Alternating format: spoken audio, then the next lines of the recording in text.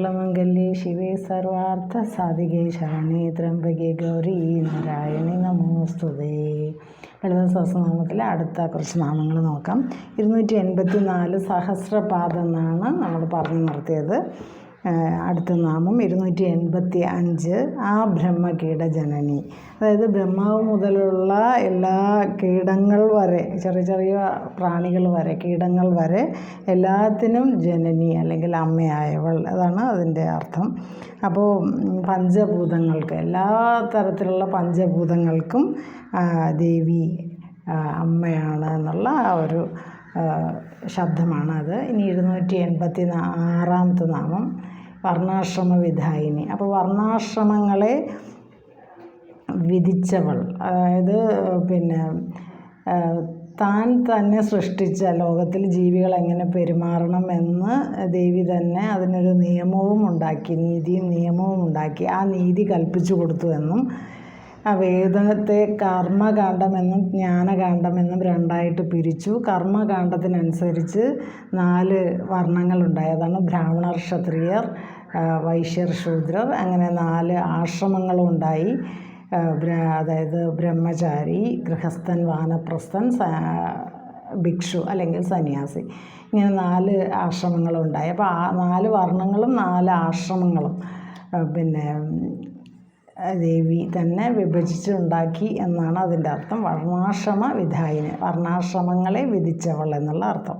287 നിജ ആജ്ഞാരൂപ നിഗമ.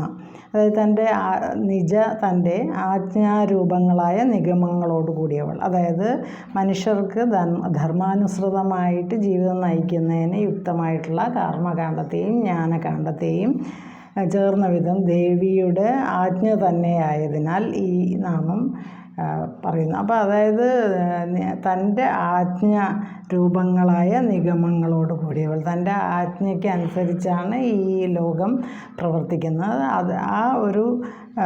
അത് അങ്ങനെ ധർമാനുസൃതമായിട്ട്, ധർമ്മത്തിനനുസരിച്ച് പ്രവർത്തിക്കാൻ തക്ക വിധം ഈ ലോകത്തെ തൻ്റെ ആജ്ഞയിൽ നിർത്തുന്നവൾ, അതാണ് ദേവി. ഇനി 288 നാമം പുണ്യഫലപ്രദ.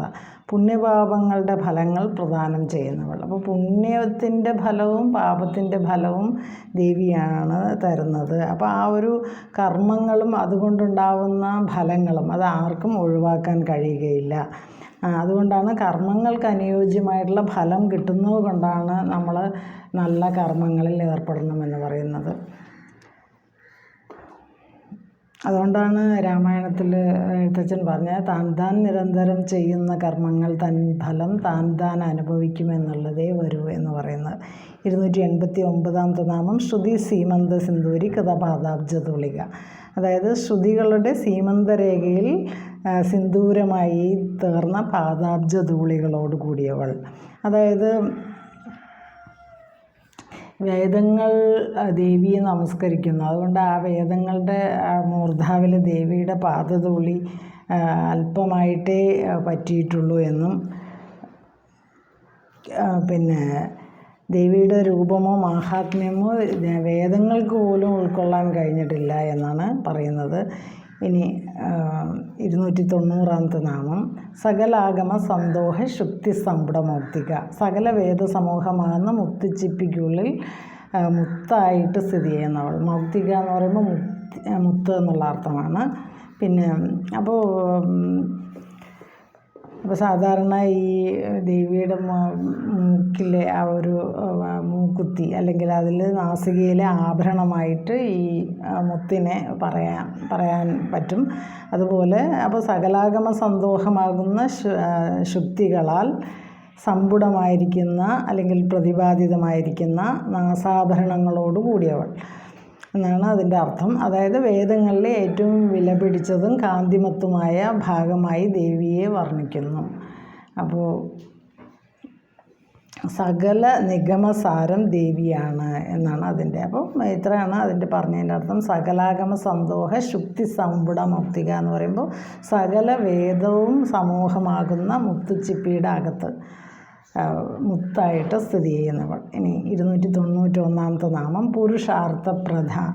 ധർമാർത്ഥ കാമമോക്ഷങ്ങളാണല്ലോ പുരുഷാർത്ഥങ്ങൾ. ധർമ്മം, അർത്ഥം, കാമമോക്ഷം. ഇത് ലഭിക്കാനാണ് ഓരോരുത്തരും ജീവിക്കേണ്ടത് എന്നാണ് നമ്മുടെ ശ്രുതിവാക്യം, അതായത് വേദവാക്യം. അപ്പോൾ ആ അർത്ഥങ്ങളെ പ്രദാനം ചെയ്യുന്ന പുരുഷൻ, ആ പുരുഷൻ എന്ന് പറയുന്നത് ശിവൻ്റെ, രുദ്രൻ്റെ സ്വരൂപമായവൾ, ആ ശിവൻ്റെ തന്നെ സ്വരൂപമാണ് ദേവി എന്നാണ് പറയുന്നത്. അപ്പോൾ പുരുഷ ശബ്ദം എന്ന് പറയുന്നത് ഇവിടെ രുദ്രനെ കാണിക്കുന്നു. ഇനി 292 നാമം പൂർണ്ണ. അപ്പോൾ പൂർണ്ണയായവൾ, എല്ലാം കൊണ്ടും എപ്പോഴും പൂർണ്ണയായവർ, ഒന്നിനും കുറവില്ലാത്തവളാണ് ദേവി. അതുകൊണ്ട് പൂർണ്ണ എന്ന് പറയുന്നത്. അതുകൊണ്ടാണ് നമ്മുടെ പൂർണ്ണമിതം പൂർണ്ണാത് പൂർണ്ണമുദച്യതേ പൂർണ്ണസ്യ പൂർണ്ണമാദായ പൂർണ്ണമേവ അവശിഷ്യതേ എന്ന് ഈശാവാസ്യ ഉപനിഷത്ത് വാക്യം പറയുന്നുണ്ട്. അപ്പോൾ പൂർണ്ണത്തിൻ്റെ പ്രതീകമാണ് ദേവി എന്ന് പറയുന്നു. ഇനി 293 നാമം ഭോഗിനി, അതായത് നാഗകന്യക സ്വരൂപിണി, അതായത് ഭോഗങ്ങളെ അനുഭവിക്കുന്നവൾ. ഭോഗം എന്ന് പറയുമ്പോൾ സുഖ സാക്ഷാത്കാരം. അപ്പോൾ ഭോഗിനി എന്ന ശബ്ദത്തിന് നാഗകന്യക എന്നും അർത്ഥമുണ്ട്. ഭോഗങ്ങളെ അനുഭവിക്കുന്നവൾ എന്നും അർത്ഥമുണ്ട്. ഭോഗം എന്ന് പറഞ്ഞാൽ സുഖമാണ്, സുഖങ്ങളെ അനുഭവിക്കുന്നവൾ, അതാണ് സുഖസാക്ഷാത്കാരം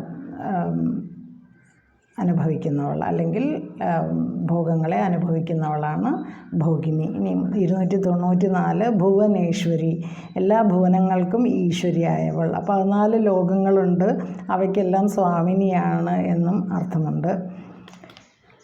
ഇനി 295 നാമം അംബിക, ജഗത്തിന് അമ്മയായവൾ. അതാണ് ഭാരതി, പൃഥ്വി, രുദ്രാണി എന്നീ രൂപങ്ങളൊക്കെ കൈക്കൊണ്ടുകൊണ്ട് ഇച്ഛാശക്തി, ജ്ഞാനശക്തി, ക്രിയാശക്തി സ്വരൂപിണിയായിട്ടുള്ള സമഷ്ടി അംബിക എന്ന് പറയുന്നു.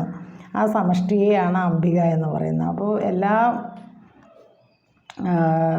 രൂപങ്ങളും കൈക്കൊണ്ടിരിക്കുന്നു. ഇച്ഛാശക്തിയും ജ്ഞാനശക്തിയും ക്രിയാശക്തിയും ഒക്കെ ആയിട്ട് ദേവീ രൂപങ്ങളിൽ ദേവി സ്ഥിതി ചെയ്യുന്നു. അതായത് പിന്നെ സരസ്വതിയായും ലക്ഷ്മിയായും മഹാദേവിയായും ഒക്കെ ജഗത്തിന് അമ്മയായ ഭാരതി, അതാണ് അംബിക.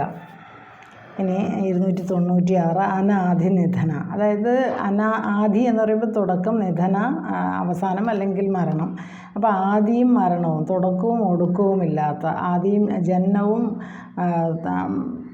മരണവുമില്ലാത്ത എന്നൊക്കെയാണ് അതിൻ്റെ അർത്ഥം, ആ പദത്തിൻ്റെ അർത്ഥം. അപ്പോൾ ഈ ത്രിമൂർത്തികൾ, അവരുടെ അവതാരങ്ങൾ, ദേവി ദേവന്മാർ, അങ്ങനെയുള്ള തുടങ്ങിയ ആസുരിക ശക്തികളെ വരെ മനുഷ്യർ പൂജിക്കാറുണ്ട്. എല്ലാ പൂജകളെല്ലാം ഒരു കണക്കിന് ഈ ചിത് ശക്തിയിലാണ്, ഈ ബോധശക്തിയിലാണ് എത്തിച്ചേരുന്നത്. എല്ലാ പൂജകളും അവസാനം എത്തിച്ചേരുന്ന ബോധശക്തിയിലാണ്.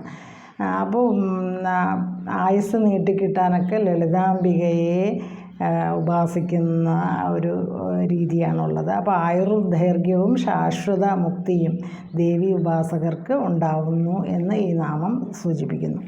ഇനി അടുത്ത 297 നാമം ഹരിബ്രഹ്മേന്ദ്ര സേവിത. ഹരി ബ്രഹ്മാവ് അല്ലെങ്കിൽ വിഷ്ണു, ബ്രഹ്മാവ്, ഇന്ദ്രൻ തുടങ്ങിയവരാൽ സേവിക്കപ്പെടുന്നവൾ, അതാണ് ഹരി ബ്രഹ്മ ഇന്ദ്ര സേവിത. ഈ 3 പേരാൽ സേവിക്കപ്പെടുന്നവൾ. ബ്രഹ്മാവും വിഷ്ണുവും ഇന്ദ്രാദി ലോകപാലന്മാരും പല രീതിയിൽ ദേവിയെ ഉപാസിക്കുന്നതായിട്ട് നമുക്ക് പലയിടത്തും കാണാം. അപ്പോൾ അതാണ് ഹരിയാലും ബ്രഹ്മാവിനാലും ഇന്ദ്രനാലും സേവിക്കപ്പെടുന്നവൾ. ഇനി 298 നാമം നാരായണി, നാരായണ രൂപം ധരിച്ചവൾ, അതാണ് നാരായണി. നാരായണൻ്റെ സ്ത്രീ എന്നും നാരായണി എന്ന പദത്തിന് അർത്ഥമുണ്ട്. നാരായണൻ എന്ന് പറഞ്ഞാൽ ശിവനെന്നും അർത്ഥമുണ്ട്, വിഷ്ണു എന്നും അർത്ഥമുണ്ട്. അപ്പോൾ ശിവൻ്റെ സ്ത്രീരൂപം എന്ന് പറയുമ്പോൾ പാർവതി എന്നും, വിഷ്ണുവിൻ്റെ ആ സ്ത്രീരൂപം എന്ന് പറയുമ്പോൾ ലക്ഷ്മി എന്നും. അപ്പോൾ വിഷ്ണു ശിവൻ ഇതിൽ ഏത് അർത്ഥം കൽപ്പിച്ചാലും ലക്ഷ്മി പാർവതി എന്ന അർത്ഥങ്ങളിലാണെങ്കിലും അപ്പോൾ ലക്ഷ്മി എന്നും നാരായണിയെ പറയാം, അല്ലെങ്കിൽ പാർവതി എന്നും നാരായണി എന്ന ശബ്ദത്തിന് അർത്ഥമുണ്ട്. അതുകൊണ്ടാണ് നാരായണീ സ്തുതി എന്ന ദേവി മഹാത്മ്യത്തിൽ ചാപ്റ്റർ 11 നാരായണീ സ്തുതി. ഞാനതിൻ്റെ അർത്ഥമൊക്കെ പറഞ്ഞ് പ്ലേലിസ്റ്റ് ചെയ്ത് വെച്ചിട്ടുണ്ട്. അപ്പോൾ ആവശ്യമുള്ളവർക്ക് നോക്കാം. നാരായണീയ സ്തുതി. അതിൽ നാരായണീയ സ്തുതിയിൽ 16 ശ്ലോകങ്ങൾ നാരായണീ നമോസ്തുതേ എന്ന് പറഞ്ഞ് അവസാനിക്കുന്നുണ്ട്. അതിൽ തന്നെ ഏറ്റവും പ്രധാനപ്പെട്ട ഒരു ശ്ലോകമാണ് മംഗളമംഗല്യേ ശിവേ സർവാർത്ഥ സാധികേ ശരണേ ത്രംബകേ ഗൗരി നാരായണീ നമോസ്തുതേ എന്ന ശ്ലോകം. അപ്പോൾ നാരായണൻ വിഷ്ണുവിൻ്റെ സഹോദരി നാരായണി എന്നും നമുക്ക് വേണമെങ്കിൽ പറയാം. അതുകൊണ്ടാണ് പത്മനാഭ സഹോദരി എന്നുള്ള ഒരു 65-ാമത്തെ ശ്ലോകത്തിൽ 280-ാമത്തെ നാമത്തിൽ പത്മനാഭ സഹോദരി എന്ന ദേവിക്ക് നാമമുണ്ട്. അപ്പോൾ അങ്ങനെയും വിഷ്ണുവിൽ നിന്ന് അഭിന്നയാകയാലും നാരായണീ ശബ്ദം എന്ന് പറയുന്നു. വിഷ്ണുവിൽ നിന്ന് അഭിന്നയാണ്. അപ്പോൾ വിഷ്ണു തന്നെയാണ് ദേവി എന്നുള്ള രണ്ടും ഒന്നാണ് എന്നുള്ള, അപ്പോൾ വിഷ്ണുവിൻ്റെ അംശം തന്നെയാണ് ദേവിയിൽ, അങ്ങനെയും ഒരു അർത്ഥമുണ്ട്.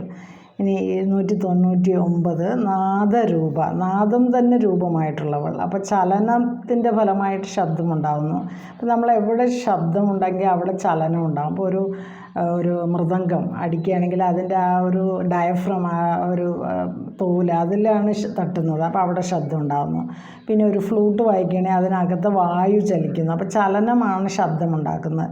പിന്നെ ഓരോ ജീവിയുടെ ശരീരത്തിനകത്തും പല വിധത്തിലുള്ള വായുവിൻ്റെ ചലനം കൊണ്ടാണ് ഇപ്പോൾ ഉച്ചാരണ ഫലമായിട്ട് ശബ്ദം വരുന്നത്. ഇപ്പോൾ നമ്മൾ സംസാരിക്കുമ്പോൾ ശബ്ദം വരുന്നത് ഉള്ളിലുള്ള ആ വായുവിൻ്റെ ചലനത്താലാണ് ആ ശബ്ദമുണ്ടാകുന്നത്. അപ്പോൾ ചലനങ്ങളെല്ലാം തന്നെ ദേവി സ്വരൂപമാണ് എന്ന് ഈ നാമം പറയുന്നു. അപ്പോൾ എല്ലാ ചലനത്തിനും കാരണമായ ദേവി അത് പലതരത്തിലുള്ള നാദങ്ങൾ ഉണ്ടാക്കുന്നു. ആ നാദങ്ങളെല്ലാം തന്നെ പ്രപഞ്ച മാതാവായ ദേവിയുടെ രൂപമാണ് എന്നും ആണ്. ഈ നാദം തന്നെ രൂപമായവൾ, ചലനം എന്ന് പറയുന്നത് പ്രപഞ്ചത്തിൻ്റെ ഭാഗമാണ്. ആ ചലനം കൊണ്ടാണ് നാദം ഉണ്ടാകുന്നത്. അപ്പോൾ നാദം തന്നെ ദേവിയുടെ രൂപമാണ്. പ്രപഞ്ചം ദേവിയുടെ രൂപമാണെന്ന് പറയുമ്പോൾ ആ പ്രപഞ്ചത്തിലുള്ള ചലനവും ദേവിയുടെ രൂപമാണ്. അതാണ് നാദരൂപ. ഇനി 300-ാമത്തെ നാമം നാമരൂപ വിവർജിത, നാമവും രൂപവും ഇല്ലാത്തവൾ. അതായത് ജഗദംബയെ വിവരിക്കാൻ ഒരു നാമത്തിനും കഴിവില്ല എന്നും സഹസ്രനാമത്തിൽ പല രീതിയിൽ പറയുന്നുണ്ട് ഈ വർണ്ണനകളൊക്കെ. എന്നാലും ചില സ്ഥലങ്ങളിൽ ദേവി സ്വീകരിച്ച രൂപങ്ങളെപ്പറ്റി ചില സൂചനകൾ നൽകുന്നു. എന്നാലും നാമവും രൂപവും ഇല്ലാത്തവളാണ് എന്നും ഈ ജഗത്ത് എന്ന് പറയുന്ന മുഴുവനും മിഥ്യയാണോ എന്നും നമുക്ക് മനസ്സിലാക്കാം. അപ്പോൾ ഇത്രയും ഭാഗം ദേവിക്ക് സമർപ്പിക്കുന്നു, മഹാദേവിക്ക് സമർപ്പിക്കുന്നു, ഗുരുവായൂരപ്പന് സമർപ്പിക്കുന്നു. സർവം ശ്രീകൃഷ്ണാർപ്പണമസ്തു. സർവമംഗളം മംഗല്യേ ശിവേ സർവാർത്ഥ സാധികേ ശരണേ ത്രംബകേ ഗൗരി നാരായണി നമോസ്തുതേ. ഓം തത്സത്.